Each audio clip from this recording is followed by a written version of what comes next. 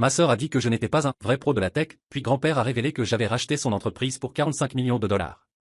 Je m'appelle Kevin, j'ai 35 ans, et lors de notre dernier dîner de Thanksgiving, ma propre sœur, la préférée de la famille, s'est moquée de moi en disant que je n'étais pas un vrai professionnel de la tech quelques instants avant que mon grand-père ne révèle que mon entreprise venait de racheter la sienne pour 45 millions de dollars. Avant de vous raconter comment le silence assourdissant dans cette pièce a changé notre famille à jamais, dites-moi dans les commentaires d'où vous regardez cette vidéo. J'adore toujours voir jusqu'où ces histoires voyagent. Très bien, entrons dans le vif du sujet. Il faut vraiment tout le contexte pour comprendre le poids de ce moment. Imaginez ceci, Thanksgiving chez mon grand-père Edward, à Denver. C'est une scène classique du Colorado, un soupçon de neige dans l'air, les montagnes rocheuses visibles comme des silhouettes dentelées contre le crépuscule violemment pourpre. À l'intérieur, l'air est saturé des odeurs de dinde rôtie, de farce à la sauge, et de la fameuse tarte à la citrouille de ma mère. C'est le genre de scène réconfortante et digne d'une peinture de Norman Rockwell, censée évoquer le sentiment d'être chez soi. Mais pour moi, aussi loin que je me souvienne, cela a toujours ressemblé davantage à une scène de théâtre. Une scène magnifiquement décorée où j'étais un figurant permanent, non payé, dans la longue, acclamée et perpétuelle production intitulée Astérisque la vie glorieuse de Gabrielle Walsh Astérisque. Ma sœur, Gabrielle, mon aînée de 4 ans, en était la vedette, la productrice et la metteuse en scène. C'était celle qui ne faisait jamais de faux pas. Le prodige de la technologie, celle qui avait été acceptée à Stanford avec une bourse complète, celle dont le nom était inséré dans chaque conversation par mes parents, Richard et Margaret, avec une fierté à la fois naturelle et si parfaitement répétée qu'elle semblait aspirer tout l'air de la pièce chaque fois qu'il était prononcé. Et moi? J'étais juste Kevin, le discret, celui qui travaillait dans les affaires, un mot vague, peu impressionnant et presque indigne dans une famille qui vénérait l'ingénierie et le code élégant.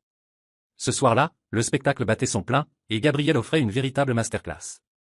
Elle se tenait au centre du salon, un verre de cabernet coûteux tournoyant dans sa main, tenant audience. Elle racontait l'histoire de la récente acquisition de sa start-up de San Francisco, Bytewave Lab.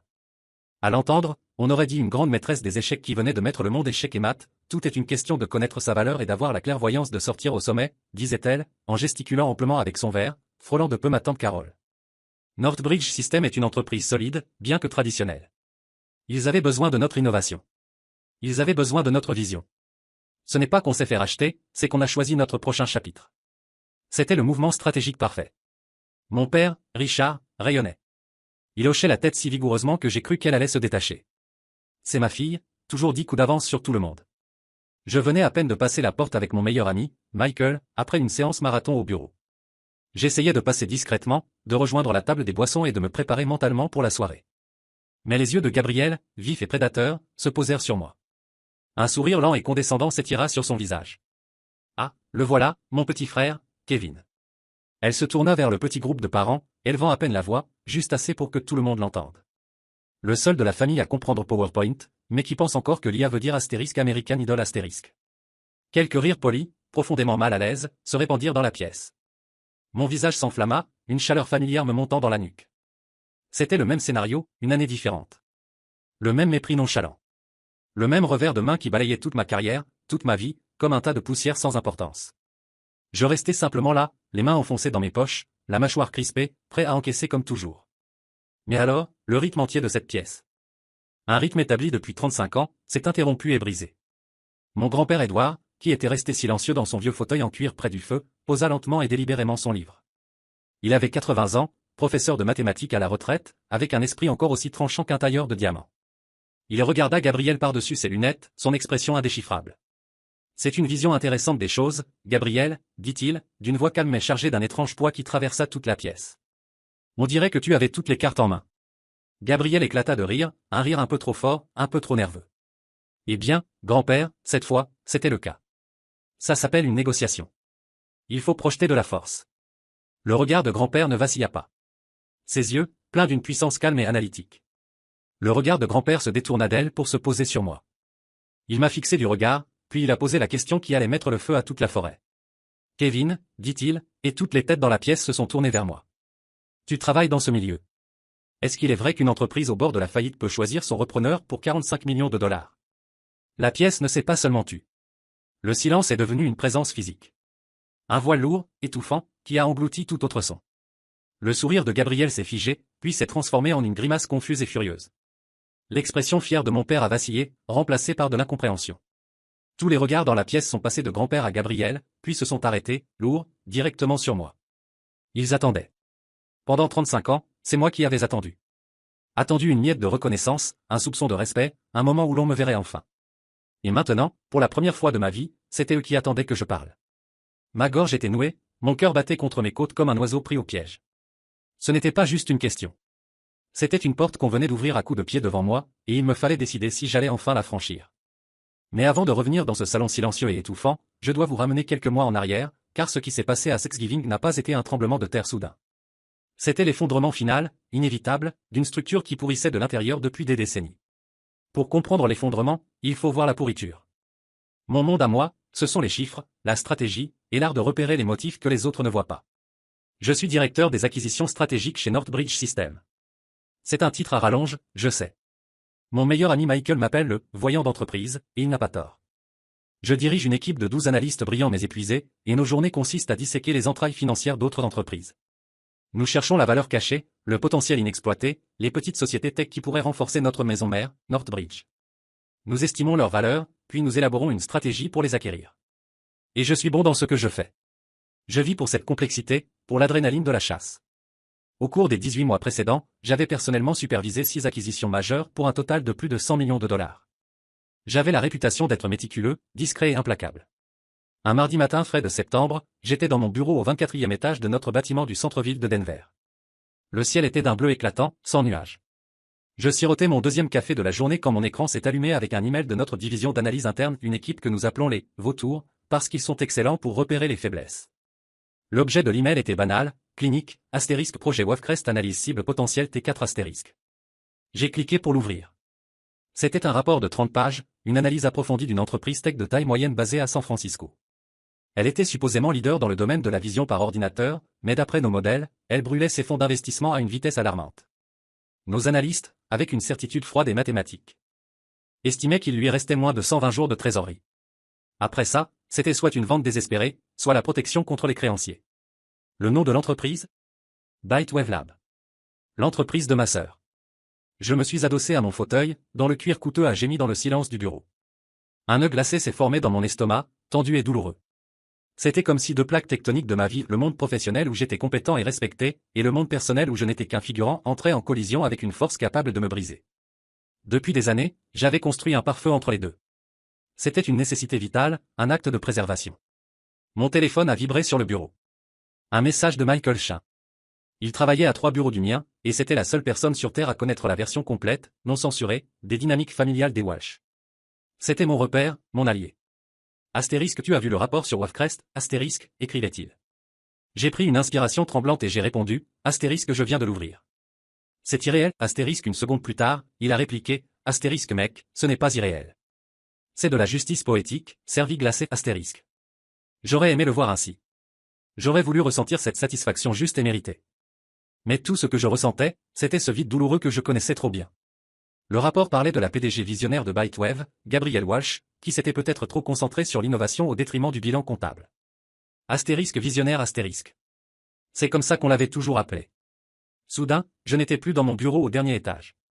Le PDF net sur mon écran s'est brouillé, et j'avais de nouveau 8 ans, debout dans le garage encombré et taché d'huile de notre maison d'enfance. Mon père, Richard, un ingénieur logiciel à l'esprit rigide et logique, tenait une carte mère comme s'il s'agissait du Saint-Suaire.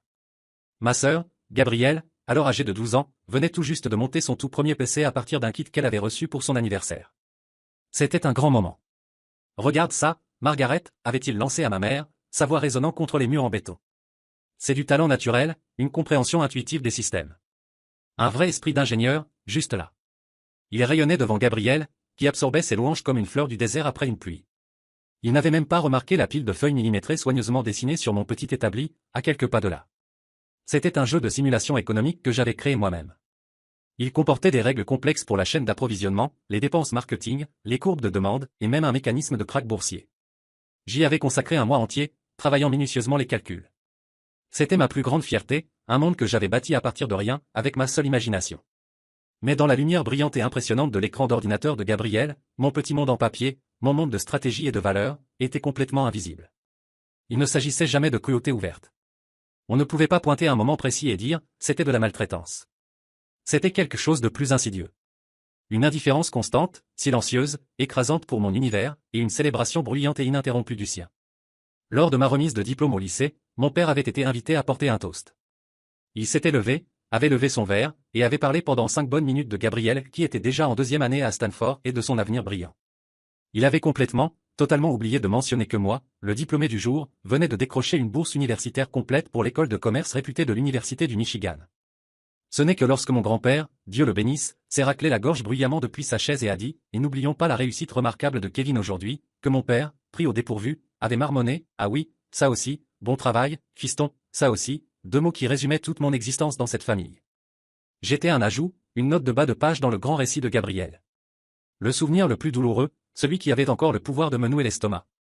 M'est revenu en voyant son nom s'afficher à l'écran. C'était il y a 5 ans, lors d'un barbecue du 4 juillet. Je venais de décrocher un stage extrêmement compétitif dans un fonds de capital risque de premier plan à Chicago. J'étais fou de joie, fier. Je me suis dit, peut-être que cette fois, ils verront. Ce monde mêlait finance à haut risque et technologie. Ils faisaient le lien entre leur monde et le mien. Je leur ai annoncé la nouvelle pendant que mon père retournait des hamburgers. Ma mère s'est contentée de hocher la tête, avec un sourire poli et vide, avant de se tourner de nouveau vers Gabriel. Alors, Gabi, raconte-nous ce nouveau projet blockchain sur lequel tu consultes. Plus tard, Gabriel m'a acculé près de la glacière, un petit sourire en coin. Capital risque, avait-elle dit, la voix teintée d'un mélange unique de pitié et de mépris. Ce n'est pas juste du marketing pour les boîtes qui font le vrai boulot. Tu écris des slogans et tu fais des tableaux Excel pour des trucs que tu ne comprends même pas, non? Ces mots m'ont frappé comme un coup physique, non pas parce qu'ils étaient particulièrement brillants, mais parce qu'ils formulaient parfaitement ma peur la plus secrète. Qu'ils avaient raison. Que j'étais un imposteur, un parasite dans le monde de la vraie tech. Un monde où elle régnait en reine absolue. C'est ce jour-là que grand-père Edouard m'a pris à part. On s'est éloigné au bout de l'allée, loin des bavardages joyeux et de l'odeur de poudre des feux d'artifice du quartier. Il a posé une main lourde et rassurante sur mon épaule. Ses yeux, pleins d'une sagesse que je commençais à peine à comprendre, ont croisé les miens. Fiston, a-t-il dit, la voix grave et sérieuse, ton père voit le monde en noir et blanc, en 0 et en 1. Il comprend comment construire une chose. Il ne comprend pas comment créer de la valeur. Ce ne sont pas les mêmes compétences. Ne le laisse jamais te convaincre que l'une vaut moins que l'autre. Il a fait une pause, en regardant la maison illuminée derrière nous. Tu n'as pas besoin d'avoir la voix la plus forte dans la pièce pour être entendu. Tu dois juste être le plus préparé. Et quand le moment viendra, tu devras te lever. Pas pour te vanter, mais pour réclamer la place qui t'a toujours appartenu. Ces mots sont devenus mon étoile polaire. J'ai arrêté d'essayer de gagner leur approbation. J'ai arrêté de leur envoyer des liens vers des articles parlant de mes promotions ou des grosses affaires que j'avais conclues. C'était inutile. Je me suis contenté de baisser la tête et de travailler. J'ai construit mon propre monde, ma propre valeur, dans le silence concentré qu'ils avaient créé autour de moi. Et maintenant, après toutes ces années, mon monde venait de lancer une torpille en direction du leur. De retour dans mon bureau, Michael est venu s'appuyer contre l'embrasure de la porte, tenant 2 cafés à la main. Il m'en a tendu un. Alors, qu'est-ce que tu vas faire? Aucune idée, ai-je dit en me frottant les tempes. C'est un champ de mine. Tu dois te récuser, évidemment, a dit Michael. C'est un conflit d'intérêts majeur. Évidemment, c'était la première règle dans notre métier. On ne pouvait pas être impliqué dans une acquisition où l'on avait un lien personnel. Cela pouvait entraîner de graves conséquences juridiques. Ma supérieure directe, Monica Reeves, était une vice-présidente exécutive pointue, directe et orientée résultat avant tout. Elle m'avait soutenu, m'avait promu directeur à seulement 32 ans, bien avant mes collègues. Elle faisait une confiance totale à mon instinct. Je savais que je devais lui parler immédiatement. J'ai traversé le long couloir silencieux jusqu'à son bureau d'angle. Les murs en verre donnaient sur toute la ville. La porte était ouverte. Monica, ai-je dit en frappant doucement sur l'embrasure. Elle leva les yeux d'un classeur épais, totalement concentré. Kevin, qu'est-ce qu'il y a? Je suis entré, refermant derrière moi la lourde porte en verre. Le bruit fut un astérisque thump astérisque doux, mais définitif. C'est à propos du projet Wavecrest. Bytewave Lab, dit-elle, hochant déjà la tête. Bonne cible. Propriété intellectuelle de valeur, cas classique de mauvaise gestion financière. C'est exactement ton genre d'opération. Je veux que tu diriges l'évaluation stratégique de celui-ci. J'ai pris une profonde inspiration. Justement. Je ne peux pas. Son front s'est plissé. Une petite ride apparaissant entre ses sourcils. Pourquoi pas? Tu es le meilleur analyste que j'ai pour ce genre de dossier complexe. La PDG, Gabrielle Walsh, ai-je dit, trouvant étrange et formel de prononcer ce nom à haute voix. C'est ma sœur. Les yeux de Monica se sont agrandis une seconde, avant que son masque professionnel ne reprenne parfaitement sa place. Elle s'est appuyée contre son dossier, joignant les doigts, me scrutant. Elle faisait partie des rares à savoir que j'avais une sœur dans le monde de la tech, mais elle ignorait les détails toxiques. Je vois, dit-elle lentement. Bien. Procédure standard, tu es retiré de l'équipe de négociation, totalement isolé d'eux. Je confierai le lead à Nat Rodriguez. Merci, ai-je dit, soulagé. Mais, ajouta-t-elle en levant un doigt parfaitement manucuré, je ne te retire pas du projet. Un conflit d'intérêts signifie que tu ne peux pas bénéficier financièrement d'informations privilégiées ni t'asseoir à la table de l'autre camp. Ça ne veut pas dire que ton cerveau nous est inutile. Elle se pencha en avant, le regard intense. Personne ne connaît mieux que toi le paysage technologique de ce secteur. Et personne, je suppose, ne connaît mieux les failles opérationnelles et les vanités personnelles de cette PDG en particulier. Tu ne leur parleras pas. Tu ne seras pas dans la pièce. Mais tu dirigeras la stratégie de notre côté. Tu dirigeras la astérisque War Room astérisque. Tu seras l'ombre de Nat, son guide. Tu lui diras chaque mouvement à faire. C'est clair? Une montée d'adrénaline pure et non diluée m'a traversé. C'était différent. Il ne s'agissait pas de vengeance. Il s'agissait d'être reconnu pour mon expertise unique et durement acquise. Monica ne me demandait pas d'utiliser mon lien personnel. Elle me demandait d'utiliser la connaissance analytique profonde que j'avais développée précisément dans l'ombre où ma famille m'avait enfermé. Je l'ai regardé droit dans les yeux. Ma voix était ferme, stable. Parfaitement claire. En retournant à mon bureau, les paroles de grand-père résonnaient plus fort que jamais dans ma tête. Astérisque, tu dois te lever. Pas pour te vanter, mais pour réclamer l'espace qui t'a toujours appartenu, astérisque. Cet espace venait de s'ouvrir. L'échiquier était prêt. Et cette fois, j'allais être l'un des joueurs. Les 6 semaines suivantes furent un tourbillon de boîtes à emporter, de nuits tardives et de lueurs d'écran d'ordinateur. Nous avons officiellement mis en place une astérisque War Room astérisque dédiée au projet Wavecrest. Ce n'était pas aussi glamour que ça en a l'air. C'était une salle de conférence stérile, sans fenêtre, au bout de notre étage, que personne ne voulait. L'air y était perpétuellement vicié, avec une légère odeur de marqueurs effaçables à sec et de café tiède. Les murs, du sol au plafond, étaient recouverts de tableaux blancs, bientôt remplis de schémas complexes, de modèles financiers et de calendriers. C'était ma nouvelle maison. J'étais le fantôme dans la machine. La main invisible guidant chacun des mouvements de Northbridge dans une partie d'échecs corporative à enjeux élevés. Mon équipe était en place. Il y avait bien sûr Nat Rodriguez. C'était un négociateur solide, méthodique, un type qui ne perdait jamais son sang-froid. Ce serait lui le visage public, celui qui s'assoirait de l'autre côté de la table face à ma sœur. Puis il y avait mon équipe centrale d'analystes. Sarah, une brillante jeune avocate de notre division fusion et acquisition, dotée d'une attention aux détails presque terrifiante. David, un discret expert des chiffres capable de faire parler un bilan comme une confession. Et bien sûr, il y avait Michael, mon confident, que j'avais intégré comme bras droit et conseiller stratégique. Notre première mission fut de démonter chaque donnée que nous pouvions légalement et éthiquement obtenir sur Bytewave Lab. Cela allait bien au-delà de leurs rapports publics bien polis et de leurs communiqués de presse. Nous explorions les manifestes de la chaîne d'approvisionnement, l'historique des paiements aux fournisseurs, les avis d'employés sur Glassdoor, et l'activité sur les réseaux sociaux du personnel clé. C'était une autopsie médico-légale d'une entreprise encore techniquement en vie. Le portrait qui en ressortait était sombre, bien plus sombre encore que ce que notre premier rapport des vautours avait laissé entendre. Ils ne se contentent pas de brûler de l'argent, disais-je à l'équipe lors d'une séance nocturne. En pointant un schéma complexe que j'avais dessiné sur le tableau blanc principal. Le graphique de leur flux de trésorerie ressemblait à une piste de ski plongeant droit dans le vide. Ils mettent littéralement des palettes de billets en feu pour se réchauffer. Regardez ça. Leur produit phare, celui sur lequel repose toute leur réputation, fonctionne avec une puce propriétaire fournie par un unique fabricant à Taïwan. Un fournisseur avec lequel ils n'ont aucun contrat à long terme. David, l'homme des chiffres, intervint, la voix douce.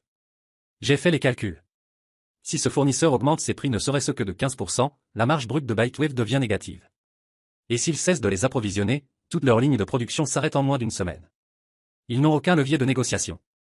On va donc utiliser ça comme point de pression principal pour faire baisser l'offre initiale, dit Nat, en griffonnant sur son bloc-notes. Il pensait déjà à la table des négociations. Exactement, répondis-je. Mais il y a plus. Beaucoup plus. Nous avons passé un après-midi entier à écouter les enregistrements des appels trimestriels de Gabrielle avec ses investisseurs. Pour le monde extérieur, pour mes parents, elle avait l'air d'un génie. Elle utilisait tous les bons mots à la mode avec une confiance impeccable. Synergie, scalabilité, innovation disruptive, changement de paradigme. Elle peignait le portrait saisissant d'une entreprise à l'aube d'une domination mondiale. Une étoile montante de la tech qui changeait le monde.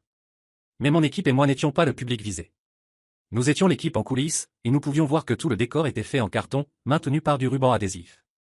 Écoutez ce passage, dis-je en lançant un extrait de son appel sur les résultats du deuxième trimestre. Un analyste d'une grande firme de Wall Street lui posait une question sur leur pipeline de vente aux entreprises. Notre cycle de vente B2B est extrêmement solide, résonnait la voix de Gabriel dans la salle de conférence stérile, débordante d'une assurance frôlant l'arrogance. Nous sommes en discussion très avancée avec plusieurs entreprises du Fortune 500. La demande pour notre plateforme est, franchement, sans précédent. J'ai appuyé sur pause. Le silence dans la pièce était assourdissant. Sans précédent, ai-je répété. Très bien, maintenant regardez ça. J'ai projeté un document à l'écran principal.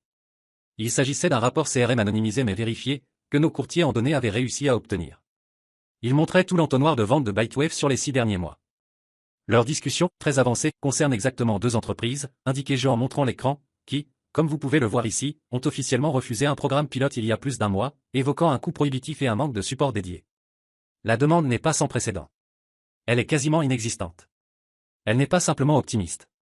Elle induit matériellement ses investisseurs en erreur. C'est un signal d'alerte énorme. Sarah, notre juriste, poussa un léger sifflement. Si la SEC tombe là-dessus, elle pourrait avoir de sérieux ennuis. La salle resta silencieuse un moment. C'était la partie sale et inconfortable du travail.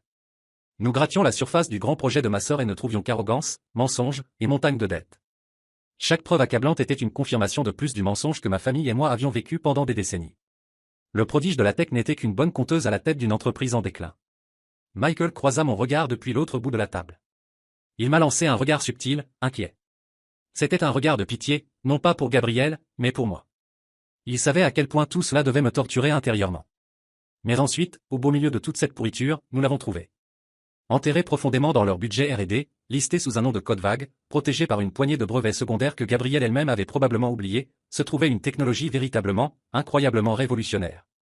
Il s'agissait d'un algorithme logiciel de correction prédictive d'images pour des environnements à faible luminosité et à mouvement rapide.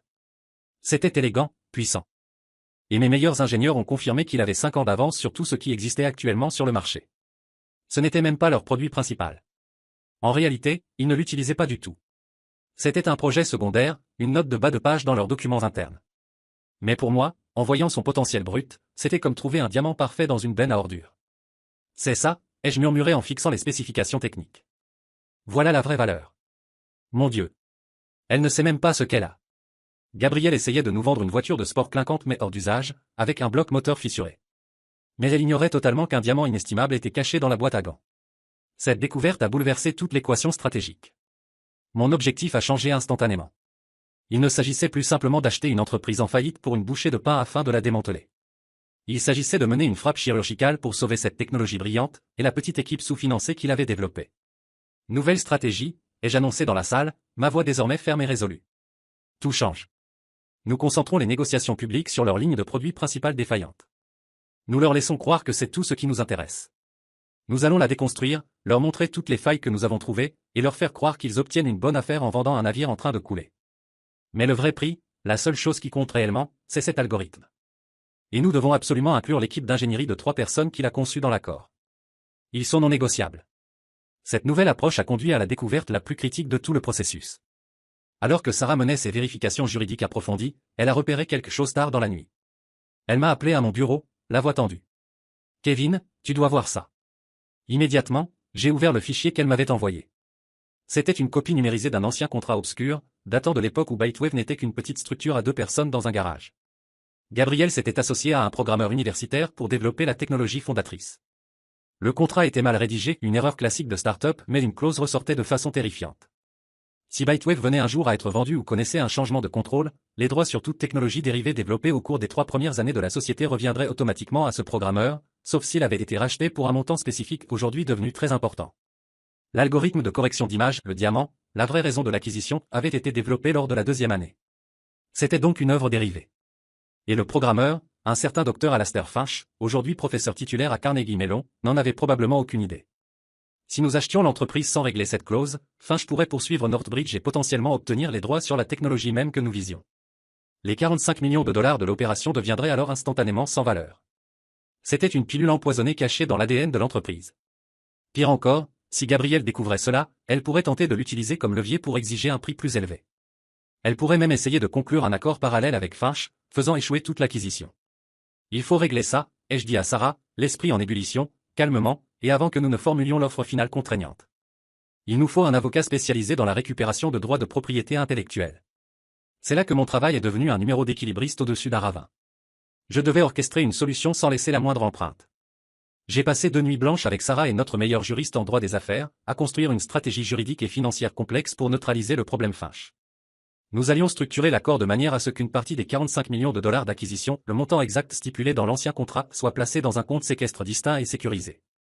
Ce compte servirait à racheter les droits du Dr Finch après la signature et la clôture de l'accord principal. C'était une manœuvre délicate. Une manœuvre à plusieurs niveaux qui protégeait entièrement Northbridge sans jamais révéler nos intentions à Gabriel ou à son équipe. Je pratiquais une neurochirurgie d'entreprise dans le noir, avec ma sœur comme patiente inconsciente.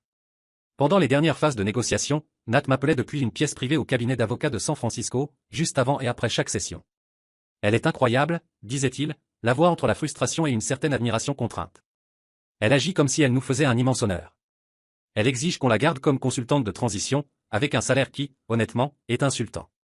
Laisse-la faire, répondais-je en regardant les chiffres sur mon écran. J'avais déjà tout modélisé. Le coût de sa prestation de conseil est une erreur d'arrondi comparé à ce que cet algorithme vaut à long terme pour nous. Ne t'oppose pas à elle. Fais-lui croire qu'elle a gagné. Je lui construisais un pont en or pour qu'elle puisse s'y pavaner, et tout ce qu'elle voyait, c'était son propre reflet magnifique. Je lui tendais une bouée de sauvetage à 45 millions de dollars, et elle allait appeler ça une victoire personnelle. L'ironie était si épaisse que j'en avais du mal à respirer. Le jour où l'accord fut finalisé, Monica me convoqua dans son bureau. Le conseil l'a approuvé ce matin, dit-elle, un large sourire rare sur le visage. 45 millions de dollars. Tu avais raison au sujet de la valeur cachée de cet algorithme. Il pense que tu es un putain de génie, Kevin. L'équipe a fait du bon travail, répondis-je, par réflexe. C'est toi qui as dirigé l'équipe, rétorqua-t-elle, le regard perçant. C'était ta stratégie. Et elle a été parfaite du début à la fin. Elle se pencha en avant, son expression devenant plus sérieuse. Tu sais, cette promotion au poste de vice-président dont on parle depuis un moment. Je pense qu'il est temps de la rendre officielle. Je fais passer les papiers cet après-midi. La hausse de salaire sera significative. VP. Vice-président. C'était le titre que je visais depuis le début de ma carrière. C'était la reconnaissance. C'était la réussite. Mais à ce moment-là, cela me sembla étrangement, profondément vide. À qui pouvais-je le dire? Mes parents répondraient par un poli « Oh, c'est bien, mon chéri », avant d'enchaîner avec un monologue de 5 minutes sur à quel point ils étaient fiers de Gabriel et du grand succès de son entreprise qui venait d'être rachetée. Comme pour appuyer ce sentiment, un email atterrit dans ma boîte de réception. C'était ma mère. Coucou mon chéri.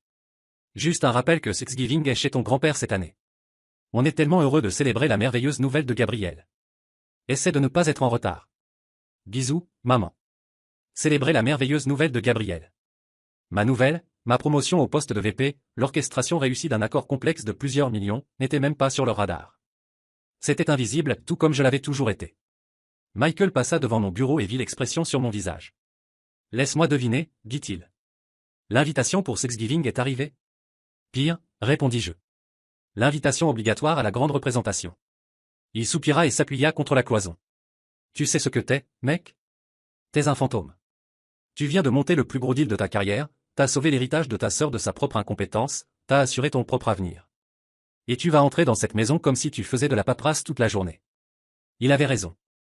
Mais rien que de penser à l'affrontement, au drame, aux accusations inévitables de jalousie. C'était épuisant. Ce n'est qu'un dîner, dis-je, plus pour moi que pour lui. Je vais survivre. Quel est le pire qui puisse arriver? La semaine précédente Thanksgiving ressemblait à ce calme étrange et irréel qui précède un ouragan. Le ciel a une teinte bizarre, l'air est trop immobile, et tu sais qu'une catastrophe est sur le point de frapper. L'accord était signé, les communiqués de presse étaient publiés, et les blogs tech s'agitaient. La plupart reprenaient la version polie que Gabriel et son équipe RP avaient façonnée. Asterisk Bytewave Lab conclut un partenariat stratégique avec Northbridge Systems dans une opération historique Asterisk. Partenariat. Pas un sauvetage désespéré à la dernière minute des flammes de l'insolvabilité. Ma vie était devenue une étude étrange du contraste. Le jour, j'étais un cadre respecté, dirigeant des réunions pour planifier l'intégration fluide de la technologie et du personnel de Bytewave dans notre structure. Je travaillais spécifiquement sur l'avenir de l'équipe d'ingénierie à 3 personnes ayant conçu l'algorithme, l'équipe que j'avais tant tenu à préserver et à renforcer. J'étais, d'une certaine façon très concrète, l'architecte de leur avenir. La nuit, je redevenais juste Kevin, évitant les appels de mes parents, littéralement débordant de fierté pour leur fille. Ta sœur est vraiment brillante, Kevin, disait mon père dans un message vocal qu'il m'avait laissé. Sa voix nouée par l'émotion, construire quelque chose à partir de rien et ensuite avoir l'instinct commercial pour le vendre à ce prix-là. C'est le rêve américain. Nous sommes tellement fiers. J'ai supprimé le message sans l'écouter jusqu'au bout. Je ne pouvais pas le supporter. Chaque mot d'éloge à son égard me donnait l'impression d'une minuscule coupure en papier, insignifiante isolément, mais après une vie entière de ces blessures, j'avais l'impression de me vider de mon sang. Le vrai coup de poignard, le moment qui a figé ce nœud de colère froid et dur dans mon estomac, est arrivé un mardi soir. Je travaillais tard, effectuant une dernière relecture du dossier massif de l'acquisition, une sorte de post-mortem numérique pour vérifier que chaque i était bien pointé, chaque t bien croisé avant l'archivage définitif.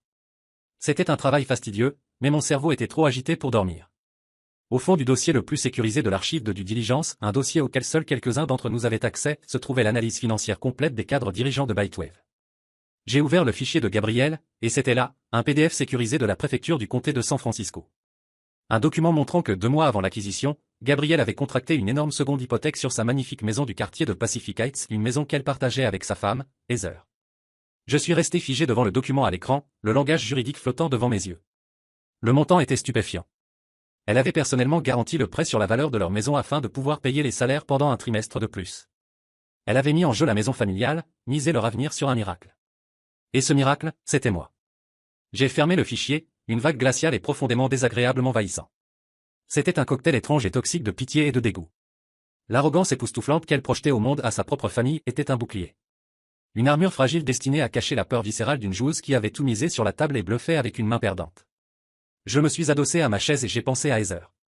Je ne l'avais rencontrée que quelques fois lors de fêtes de famille. Elle était douce, pédiatre, une âme posée et bienveillante, qui semblait totalement étrangère aux dynamiques toxiques de la famille Walsh. Elle ne voyait que la femme brillante, confiante et accomplie que Gabriel prétendait être. Que se passerait-il lorsqu'elle découvrirait la vérité? Que les fondations de leur vie commune avaient été jouées au poker sans qu'elle ne le sache? Est-ce que leur mariage survivrait à une trahison de confiance aussi profonde? Rien que d'y penser, à ce potentiel divorce, à des vies brisées à cause de l'orgueil étouffant de ma sœur, j'en avais la nausée. Le soir suivant, je buvais une bière avec Michael dans un bar sombre et tranquille près de nos bureaux, le genre d'endroit où l'on va quand on ne veut pas être vu. Le jukebox passait du vieux Tom Petty. Tu y penses, pas vrai, dit-il en remuant son verre avec une paille en plastique. Tu as ce regard. J'essaie de ne pas y penser, avouai-je, en fixant les reflets ambrés de mon verre. J'ai découvert qu'elle avait hypothéqué sa maison, Mike. Sans le dire à sa femme. Elle a utilisé ça pour maintenir l'entreprise à flot quelques mois de plus. Michael siffla doucement, un son bas, impressionné. Waouh! C'est du désespoir de haut niveau. Ce n'est pas juste du business. C'est personnel. Il but une longue gorgée de sa bière.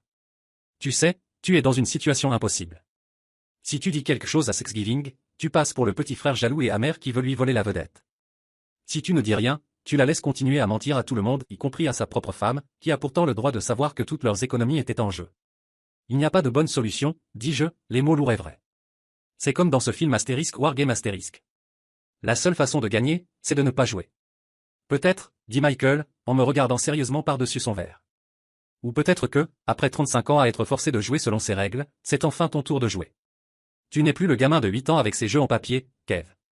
Tu es l'homme qui possède tout le fichu casino. C'est toi qui décides des règles maintenant. C'est toi qui décides quand la partie est terminée. Ces mots me sont restés, résonnant dans ma tête pendant les 2 jours suivants. Pendant si longtemps, je m'étais vu comme la victime impuissante du récit familial. Incapable d'en changer quoi que ce soit. Mais Michael avait raison. La dynamique de pouvoir avait changé fondamentalement, irréversiblement. Je n'avais tout simplement pas encore accepté de le reconnaître ou d'en faire usage. Le déclic final est arrivé 2 jours avant Thanksgiving. J'étais chez moi, en train d'essayer de me détendre. Quand mon téléphone a sonné. C'était mon père. Ce qui était rare. C'était un homme de textos et de messages vocaux, pas de conversation spontanée. Kevin, ta mère et moi, on parlait justement. Sa voix était pleine de cette énergie joyeuse et aveuglée. On pense que ce serait un beau geste si tu achetais une très bonne bouteille de champagne pour Gabriel, tu sais, pour apporter au dîner jeudi, pour célébrer son incroyable réussite. Je serrai le téléphone, les jointures blanchies. Ma gorge se dessécha. Un geste? Il voulait que j'achète un trophée de victoire pour la personne qui avait passé sa vie à me faire sentir petit. Pour une victoire qui, en réalité, était entièrement, secrètement de mon fait. Une victoire qui l'avait sauvé de la ruine personnelle et financière. J'y réfléchirai, papa, réussis-je à dire, la voix tendue et serrée. Ne te contente pas d'y réfléchir, fiston, insista-t-il, totalement sourd à la tension dans ma voix. C'est ce qu'il faut faire. C'est ta sœur. Tu devrais être fier d'elle. C'est important qu'elle le sache. Après avoir raccroché, je suis resté là, au milieu de mon appartement silencieux, les lumières de Denver scintillant au loin, en contrebas, et j'ai ressenti une rage si pure et si froide qu'elle m'a presque coupé le souffle. Ce n'était pas la colère chaude et explosive d'une dispute soudaine. C'était la rage géologique, glacée, d'un millier de petites injustices. Un millier de moments où l'on m'avait ignoré. Un millier de pics désinvoltes. Toutes compressées, sur des décennies, en un seul point lourd et dur au centre de ma poitrine. Il ne me demandait pas seulement d'être fier. Il ne me demandait pas seulement d'être solidaire. Il me demandait de participer activement à mon propre effacement. Il me demandait de monter sur scène, de sourire, et d'applaudir la vedette du spectacle pendant que mon propre scénario, mon propre travail de toute une vie, était déchiré et brûlé en coulisses. C'est à ce moment-là que j'ai su. Une certitude calme s'est installée en moi. Je ne pouvais plus rester silencieux. Pas parce que je voulais me venger. Pas parce que je voulais l'humilier. Mais parce que, pour ma propre santé mentale, pour ce garçon de 8 ans avec son jeu en papier qui n'a jamais été vu, pour l'homme que j'étais devenu, je devais cesser de les laisser écrire mon histoire à ma place. L'invitation à Thanksgiving n'était plus une simple convocation à un dîner de famille. C'était une invitation à un règlement de compte. Et j'allais y être. Je n'allais simplement pas apporter de champagne. Le jour de Thanksgiving arriva, gris et couvert, le ciel pesant sur la ville comme une couverture de laine humide. Le temps correspondait parfaitement à mon humeur. Michael et moi avions convenu d'y aller ensemble, un geste silencieux de solidarité pour lequel j'étais profondément reconnaissant. Il était mon ancre dans la tempête que je savais imminente. Nous sommes arrivés volontairement un peu en retard, une décision stratégique de ma part. Je voulais entrer juste au moment où Gabriel atteindrait le sommet de sa performance. La scène dans le salon de grand-père Édouard était exactement comme je l'avais imaginé, un tableau de toute ma vie. Mes tantes, oncles et cousins étaient rassemblés, écoutant avec une attention ravie, leurs visages empreints d'admiration et d'envie mêlés. Mes parents, Richard et Margaret, se tenaient près de la cheminée crépitante, leur visage irradiant une fierté si intense qu'elle en devenait presque douloureuse à regarder. Et au centre de tout cela, telle une reine dans sa cour, se trouvait Gabriel, tenant son verre de vin comme un sceptre. Donc, au final, c'est une question d'avoir la clairvoyance de sortir au sommet de sa valorisation, disait-elle, la voie lisse et assurée. Northbridge a de la chance d'avoir notre technologie, franchement. On les prépare pour la prochaine décennie d'innovation. C'était un mouvement brillant pour toutes les parties impliquées. Mon père nous aperçut, Michael et moi, dans l'embrasure de la porte. « Kevin, tu es là. » Il eut au moins la décence d'avoir l'air un peu embarrassé, se rappelant sans doute notre conversation à propos du champagne. « Content que tu aies pu te libérer du travail. » Avant que je puisse répondre, Gabriel se tourna. Ce sourire familier, condescendant, apparut immédiatement, celui qui me faisait toujours sentir comme si j'avais 10 ans de nouveau. « Ah, le voilà, mon petit frère, Kevin. » Son regard balaya ma tenue costume et cravate, signe visible d'une longue journée au bureau, pour la rejeter d'un seul coup d'œil. Elle se tourna vers la pièce, sa voix dégoulinante de fausse sympathie. Une performance pour le public. Le seul de la famille qui comprend PowerPoint mais pense encore que l'IA, c'est Astérisque American Idol Astérisque. Les rires furent polis, forcés, mais cela me frappa comme une gifle en plein visage. Ma mâchoire se serra. Je sentis la main de Michael se poser un instant sur mon épaule, ferme et calme. Un message silencieux. Reste calme. Tu gères. Je pris une grande inspiration pour me recentrer. C'était le moment. Le moment de vérité. Je suis simplement resté là, soutenant son regard sans rien dire. Mon silence semblait la déstabiliser bien plus qu'une quelconque réplique cinglante ne l'aurait fait. J'ai vu une lueur de confusion passer dans ses yeux. Ce n'était pas prévu dans le script. J'étais censé balbutier une défense ou regarder mes chaussures. Mais c'est mon grand-père qui a brisé le charme, qui a jeté le scénario au feu. Il avait observé tous les changes depuis son vieux fauteuil en cuir usé. Son expression était illisible. Il a lentement, délibérément, posé le livre d'histoire qu'il lisait sur la petite table à côté de lui. Le bruit sourd du livre lourd résonna dans la pièce soudainement silencieuse. « Voilà un point de vue intéressant, Gabriel, dit-il. » Sa voix était calme, mais empreinte d'une autorité indéniable qui imposait l'attention. Il la regardait par-dessus ses lunettes. « Tu présentes les choses comme si tu avais eu toutes les cartes en main dans cette négociation. » Gabriel rit, un rire un peu trop fort, un peu trop cassant. « Eh bien, grand-père, dans ce cas, c'est ce que j'avais. On appelle ça une négociation. Il faut projeter de la force pour obtenir ce qu'on veut. » Le regard de grand-père ne vacilla pas. Ses yeux, ceux d'un mathématicien qui voyait le monde en raisonnement logique et en preuve, quittèrent Gabriel pour se tourner vers moi. Il me fixa intensément, puis posa la question qui allait tout changer, une question qui n'en était pas vraiment une, mais plutôt une clé qu'il me tendait pour ouvrir la prison de mon silence de toujours. « Kevin, dit-il, et toutes les têtes de la pièce se tournèrent vers moi. Tu travailles dans ce domaine. Est-ce qu'il est vrai qu'une entreprise au bord de la faillite peut choisir son acheteur pour 45 millions de dollars? Le silence qui suivit fut absolu. Un vide qui aspirait tout l'air et l'esprit festif de la pièce. C'était si calme que j'entendais le léger bourdonnement du réfrigérateur depuis la cuisine. Le sourire confiant de Gabriel vacilla, remplacé par une étincelle de confusion, vite durcie en irritation. Qu'est-ce que c'est censé vouloir dire? Lança-t-elle brusquement, lançant un regard noir à grand-père. Bitewave n'était pas au bord de la faillite. C'est ridicule. Vraiment, demanda grand-père doucement, les yeux toujours posés sur moi, attendant. C'était mon signal. La porte qu'il avait ouverte pour moi. Plus de fuite. Plus de tolérance envers la cruauté ordinaire. Plus d'existence fantomatique dans ma propre famille. Gabriel braqua son regard sur moi. Ses yeux se plissèrent. De quoi il parle, Kevin? Tu sais quelque chose? Son ton était accusateur, comme si j'avais conspiré avec un vieil homme pour ruiner son moment de gloire. Tu ne sais rien de mon entreprise. Je pris une lente inspiration, que je relâchai tout aussi lentement. Puis je parlais, ma voix calme mais d'une clarté surnaturelle, chaque mot choisi avec soin et lancé comme un missile guidé avec précision. En réalité, dis-je, en la regardant directement pour la toute première fois, non pas comme un petit frère, non pas comme un oubli, mais comme un égal. Je sais tout sur ton entreprise. Un murmure confus parcourut la pièce. Mon père fit un pas en avant, le visage marqué par une confusion teintée de colère. Kevin, de quoi tu parles? Arrête tes bêtises et montre un peu de respect à ta sœur. Je l'ignorais. Je gardais mes yeux fixés sur ceux de Gabriel. Je sais que Bytewave Lab était projeté comme étant déficitaire en trésorerie, avec un taux de combustion qui t'aurait mené à l'insolvabilité en moins de 120 jours. Je sais que tes deux plus gros clients B2B avaient déjà refusé de renouveler leur contrat pour l'année fiscale suivante. Je sais que tu as retardé 2 fois le paiement des salaires de tes 53 employés au dernier trimestre. À chaque fait énoncé, un peu plus de couleur quittait son visage. Son masque de supériorité suffisante se fissurait, s'effritait morceau par morceau sous le poids implacable de la vérité froide. Je sais aussi, poursuivis-je, ma voix toujours stable, sans indulgence, qu'il existe un vieux contrat de partenariat avec un certain docteur Alistair Finch, datant de l'époque où tu étais à Carnegie Mellon. Un contrat que tu as probablement oublié avoir signé.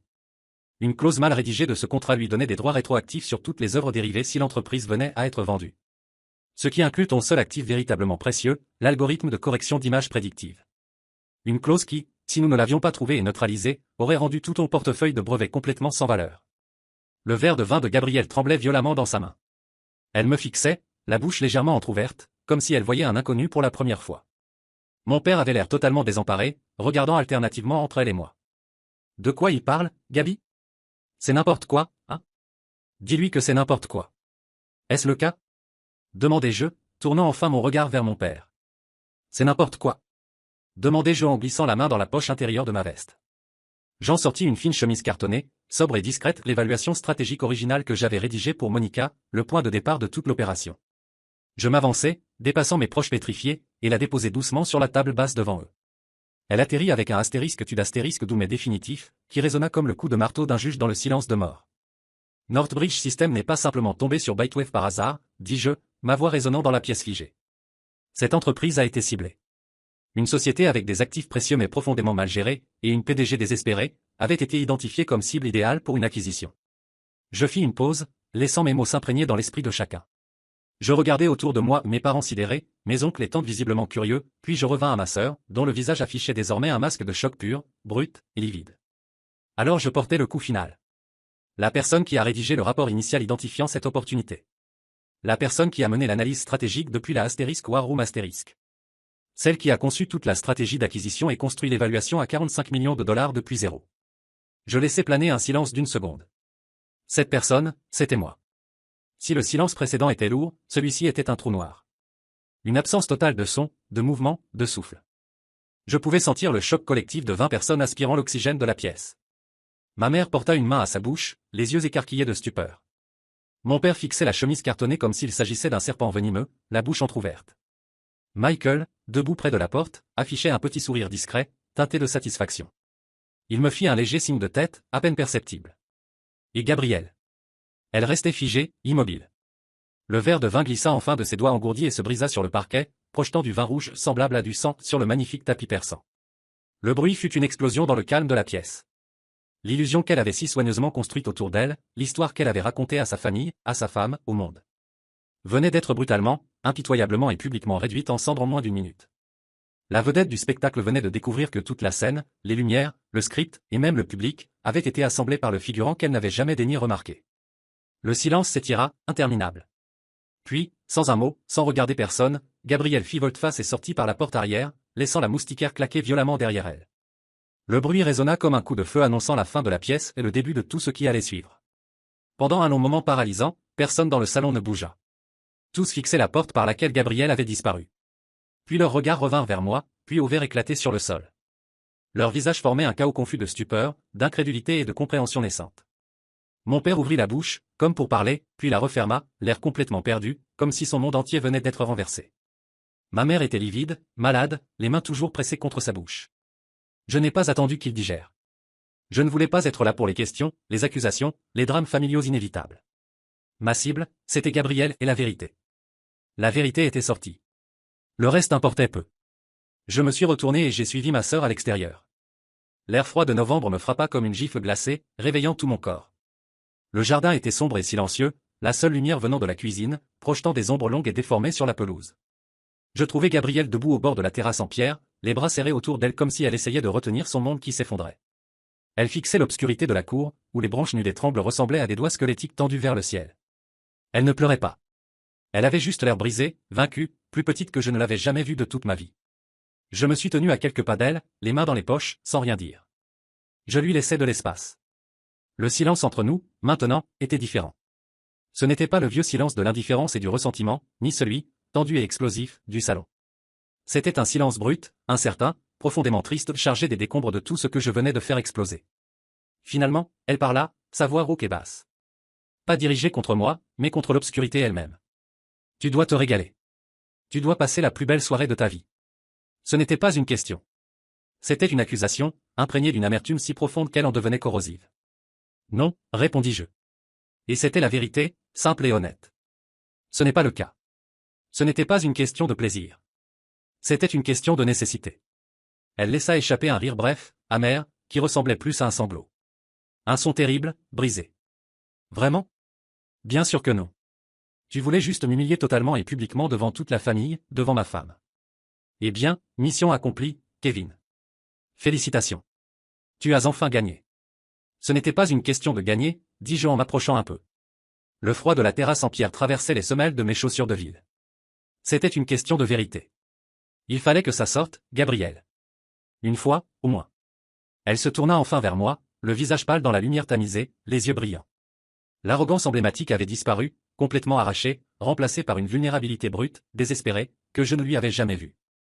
C'était comme regarder une étrangère. La vérité? Tu veux parler de la vérité, dit-elle, la voix brisée, prenant une teinte agitée. La vérité, c'est que je me noyais. Tu comprends? Je me noie depuis plus d'un an, et je ne pouvais en parler à personne. Son sang-froid se brisa enfin. J'ai hypothéqué la maison, Kevin, murmura-t-elle, les mots s'échappant en cascade. Notre maison. Heather n'en sait rien. Tu as la moindre idée de ce que ça fait? Se réveiller chaque matin avec un trou glacé dans l'estomac, tellement terrifié qu'on peut à peine respirer?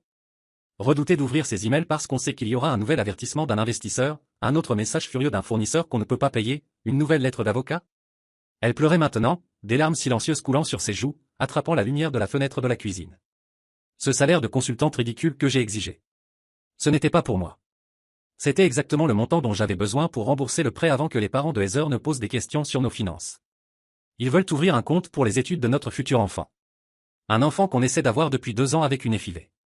Tout ça, c'était un château de cartes, Kevin. Et j'essayais juste de l'empêcher de s'effondrer un jour de plus. J'avais juste besoin d'un jour de plus. J'ai écouté. Je suis resté là, en silence, et j'ai écouté. Pour la première fois de ma vie, je n'écoutais pas l'enfant prodige, ni la reine de la tech. J'écoutais ma sœur.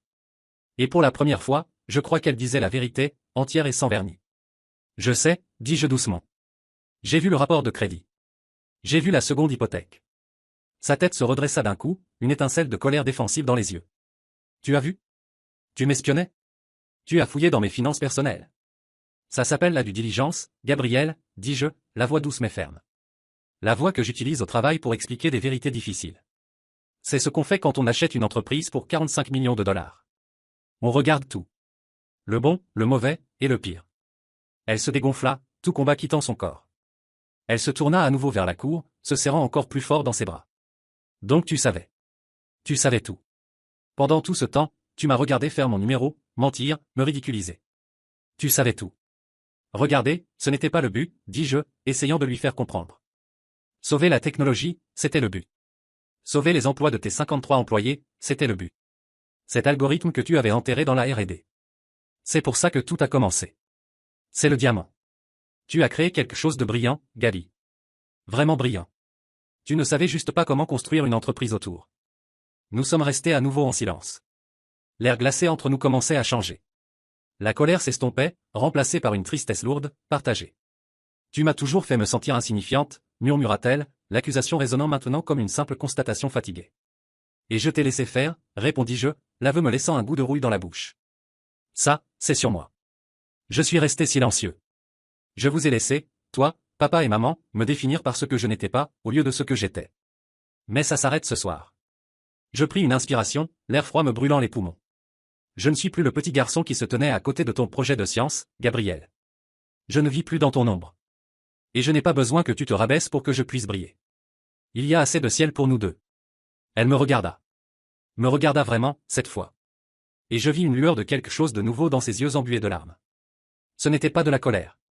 Ce n'était pas de la pitié. C'était une compréhension naissante, douloureuse, et à contre-cœur. Reconnaissance. C'est alors que la porte moustiquaire grinça derrière nous. C'était Heather, la femme de Gabriel. Elle tenait deux manteaux épais dans les bras, son visage marqué par une confusion profonde et inquiète. Elle avait visiblement entendu une partie de ce qui avait été dit. « Gabi, dit-elle doucement, sa voix légèrement tremblante. Qu'est-ce qui se passe? Qu'est-ce qu'il voulait dire à propos de la maison ?» Gabriel sursauta comme si on l'avait frappé, se détournant de nous deux. La vérité ultime, celle qui comptait plus que toute négociation ou drame familial, était maintenant à l'air libre, suspendue dans la nuit glaciale entre elles deux. Son plus grand échec allait désormais se confronter à son plus grand amour. Je regardais le visage inquiet de Heather, puis les épaules tremblantes de ma sœur. C'était leur montagne à gravir. Mon rôle ici était terminé. Sans un mot de plus, je fis demi-tour et rentrai dans la maison chaude et silencieuse, les laissant seuls sur la terrasse froide et sombre, sous le poids immense d'une vérité nouvelle, bien plus douloureuse. Le moment de vérité était passé. Désormais, commençait soit la reconstruction, soit l'effondrement définitif. Les semaines qui suivirent ce Thanksgiving cataclysmique furent étranges. Le groupe de discussion familiale, d'ordinaire animé par les messages joyeux de ma mère et les blagues douteuses de mon père, devint totalement silencieux. C'était comme si une bombe avait explosé, et que chacun restait caché dans son bunker, trop effrayé pour regarder le nouveau paysage. L'ancien scénario avait été brûlé en public, et aucun nouveau script n'avait été distribué. C'était une paix maladroite, inconfortable mais honnêtement, 1000 fois meilleure que l'ancienne mascarade étouffante. Le premier signe de vie, le premier dégel dans cette glace, arriva 3 semaines plus tard.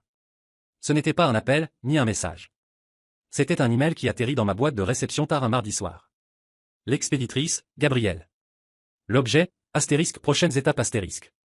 Mon cœur se mit à battre plus vite une seconde. Je me préparais à tout. Une diatribe. Une menace juridique. Un dernier message venimeux. J'ouvris le mail. Il était court, formel et professionnel. Une liste de questions intelligentes, réfléchies, concernant son nouveau rôle, désormais contractuel, de consultante technique chez Northbridge. Mais tout en bas, après sa signature numérique, il y avait 2 phrases simples qui, je le savais, avaient dû lui coûter tout ce qui lui restait de fierté. Astérisque merci de ne pas avoir laissé l'entreprise mourir, astérisque. Astérisque j'ai beaucoup à apprendre, astérisque. Je relus ces mots encore et encore. Ce n'étaient pas les grandes excuses qu'une partie de moi avait pu imaginer. Ce n'était pas un aveu des humiliations d'une vie. Mais c'était quelque chose de plus important. De plus réel. C'était un aveu de faillibilité. C'était une reconnaissance. C'était, à sa manière, une forme de respect.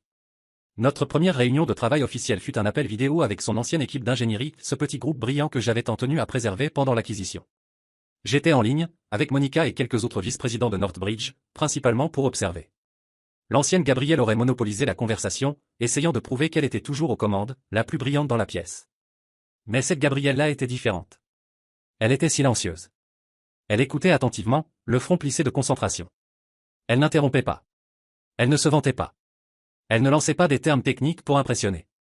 Elle n'a posé que 3 questions pendant toute l'heure, et toutes portaient précisément sur l'efficacité des processeurs, la latence des données et la capacité à monter en charge. Elle était, pour la première fois depuis que je la connaissais, juste une ingénieure. Et elle était brillante dans ce rôle. Le signal suivant, le prochain frémissement de changement, vint de mon père. Il m'appela un samedi matin. Un appel. C'était si rare que j'ai failli ne pas répondre, pensant à un appel accidentel. Kevin, dit-il, d'une voix hésitante, empreinte d'une maladresse inhabituelle chez lui. Il ne mentionna pas Thanksgiving. Il ne s'excusa pas. Je savais qu'il n'en était pas capable. Pas encore. Peut-être jamais. Cela nécessiterait un niveau d'introspection qu'il ne possédait tout simplement pas. À la place, il dit. Tu sais, l'action Northbridge, elle se porte bien depuis qu'on a annoncé l'acquisition. Je pensais peut-être en acheter quelques-unes pour mon compte retraite. Qu'est-ce que tu en penses? C'était maladroit. C'était indirect. Mais c'était la première fois, en 35 ans d'existence, que mon père me demandait mon avis professionnel sur quoi que ce soit. C'était sa version du drapeau blanc. Un aveu hésitant que mon monde, celui de la finance et de la valeur, était réel. Une boule étrange, inattendue, me monta dans la gorge. Je pense que c'est une bonne idée, papa. Je répondis, ma voix étonnamment posée. Je pense que c'est un investissement solide à long terme. Leur division stratégique prend des décisions très intelligentes. La branche d'olivier de ma mère fut plus publique. Une semaine après l'appel de mon père, le groupe de discussion familiale reprit vie. C'était un message d'elle. Salut tout le monde. Grande nouvelle. Kevin va donner une conférence principale dans un grand salon tech à Austin le mois prochain. Qui veut organiser un voyage pour aller l'encourager? Mon téléphone vibra aussitôt avec un message privé de Michael. C'était une capture d'écran du message de ma mère. En dessous, il avait écrit un seul mot. Astérisque réhabilitation astérisque. Le plus grand changement, le plus complexe, bien sûr, concernait Gabrielle et moi. Elle s'envola pour Denver pour sa première semaine de travail en présentiel au siège de Northbridge. Je la vis près de la machine à café le premier matin. Elle semblait nerveuse, hors de son élément, comme une reine ayant abdiqué et qui essaie maintenant de comprendre comment vivre parmi les gens ordinaires. Elle me vit et me lança un petit sourire hésitant, presque timide. « Bonjour, patron, dit-elle. » Le mot astérisque patron astérisque sonnait étrange et ironique dans sa bouche, mais elle ne le dit pas avec sarcasme. C'était une constatation. J'espère que je ne suis pas en retard pour ma première réunion d'équipe. Tu es parfaitement à l'heure, dis-je en lui tendant une tasse. Bienvenue chez Northbridge. Heureux de t'avoir avec nous. Cet après-midi-là, j'avais une réunion prévue de longue date avec le Dr James Parker, le conseiller financier de la famille Walsh depuis des décennies et un vieil ami de confiance de mon grand-père. C'était un homme fin et bienveillant d'environ 70 ans, qui avait géré les modestes investissements de notre famille pendant des années. Il avait demandé cette rencontre, disant qu'il souhaitait discuter du nouveau paysage d'entreprise à la suite de l'acquisition. Nous nous assîmes dans un petit café calme près de mon bureau. Après quelques banalités sur la météo et les marchés, il se pencha en avant, ses yeux brillant d'un malicieux éclat. « J'ai une confession à faire, Kevin, dit-il à voix basse. Ton grand-père et moi avons souvent parlé de toi au fil des ans. Il m'appelait après chaque fête, chaque réunion familiale, tellement frustré qu'il pouvait à peine parler. Il ne voit que le garçon, Jim, disait-il en parlant de ton père. Il ne voit que la fille. Il est aveugle au véritable talent juste devant lui. J'étais abasourdi. Vous en avez parlé avec grand-père? Fréquemment, répondit Dr Parker avec un sourire chaleureux. Edward a vu ton potentiel dès le début. Il a reconnu en toi l'esprit d'un mathématicien, d'un stratège. Et honnêtement, moi aussi. Il but une gorgée de café. C'est hautement confidentiel, bien sûr, mais ces 5 dernières années, chaque fois que mon cabinet investissait dans une entreprise en cours d'acquisition, je demandais à mes analystes de vérifier une chose. Si ton nom apparaissait à la tête de la stratégie chez Northbridge, je doublais les positions de mes clients. Ton nom sur un dossier, mon garçon, est devenu mon indicateur secret pour un succès garanti. Il me tapota la main avec affection. Je n'ai jamais investi un seul centime dans Bytewave, mais j'ai gagné une petite fortune pour mes clients et moi-même en pariant sur toi. Ton grand-père disait toujours que tu étais un pur sang qui attendait juste la bonne piste. Je suis heureux que tu l'aies enfin trouvé. Ces mots me frappèrent avec la force d'un coup physique mais un bon coup. C'était la validation ultime, venant d'une autorité objective, incontestable, totalement détachée des émotions enchevêtrées de ma famille. Quelqu'un m'avait vu. Quelqu'un avait toujours reconnu ma valeur. Je n'étais pas fou. Je n'étais pas juste un petit frère aigri. J'étais bon dans ce que je faisais. Un mois plus tard, ma cousine Sarah, celle qui avait toujours vu l'injustice mais n'avait jamais su quoi faire, organisa un petit dîner familial. Juste mes parents, grand-père, Gabrielle, Heather et moi. C'était calme. C'était maladroit. Mais c'était réel. Cette fois, quand mon père me posa une question sur mon travail, il écouta ma réponse, il posa même une question de suivi. Heather et Gabrielle étaient assises côte à côte, et je les vis se tenir la main sous la table. Elles formaient une équipe silencieuse. Elles traversaient l'épreuve ensemble. Peut-être qu'un divorce n'était plus envisagé. On sentait qu'une nouvelle fondation était en train d'être posée, brique par brique, douloureusement.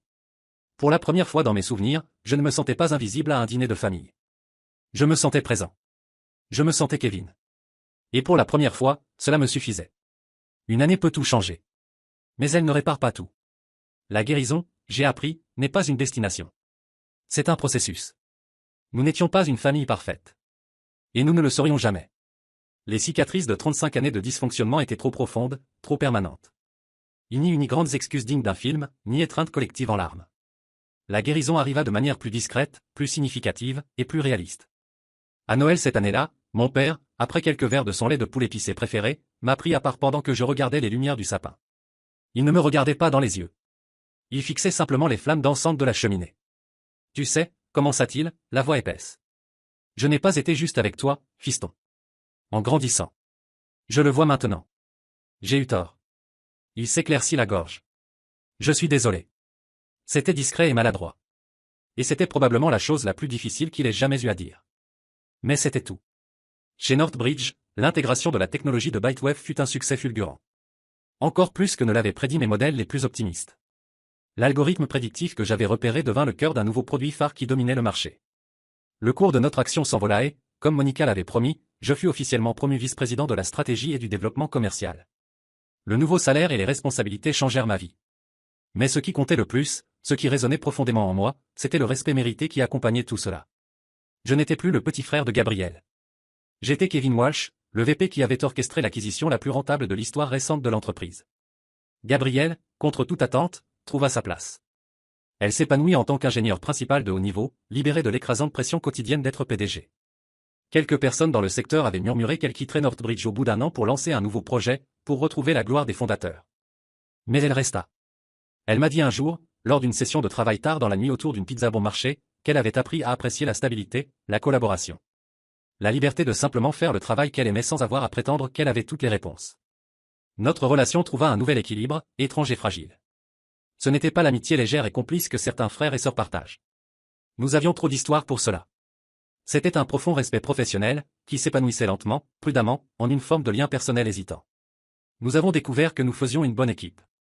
Son génie technique combiné à ma stratégie de marché formait une combinaison puissante et redoutable. Nous étions meilleurs ensemble que nous ne l'avions jamais été séparément. La preuve finale, discrète mais indiscutable, vint un soir au bureau. Il était presque 21h, et nous étions les deux seuls restants dans notre section, penchés sur un immense tableau blanc, cherchant à résoudre un problème complexe pour un nouveau lancement de produit. Nous nous disputions, débattions, remettions en question les idées de l'autre. C'était intense, mais c'était un débat d'égal à égal. Il n'y avait ni condescendance, ni mépris. Juste deux esprits affûtés tentant de trouver la meilleure solution. Finalement, après une heure supplémentaire, nous l'avons trouvée. Une solution élégante, simple, qui fonctionnerait. Nous nous sommes reculés du tableau, regardant le schéma griffonné de notre création. Gabrielle poussa un long soupir fatigué et s'appuya contre le mur. Elle se tourna vers moi, un petit sourire sincère sur le visage. Un sourire que je n'avais pas vu depuis notre enfance, avant que le monde ne lui dise qu'elle devait être la star. « Merci, Kevin, dit-elle. Juste cela. » Mais c'était suffisant. C'était plus que suffisant. En y repensant aujourd'hui, je réalise que le succès, le vrai, ne se mesure pas dans les grands moments bruyants de victoire. Ce n'est pas le coup de grâce ni la révélation dramatique en public. Il réside dans le travail silencieux, constant et acharné de la reconnaissance de sa propre valeur d'abord pour soi-même, puis pour le monde. Ce n'est pas gagner chaque dispute. C'est mériter sa place à la table, et avoir la confiance de parler quand on a quelque chose à dire. La véritable reconnaissance ne consiste pas à être soudainement vu. C'est ce lent, subtil changement dans le regard des autres, ce nouveau poids que portent vos mots dans le silence.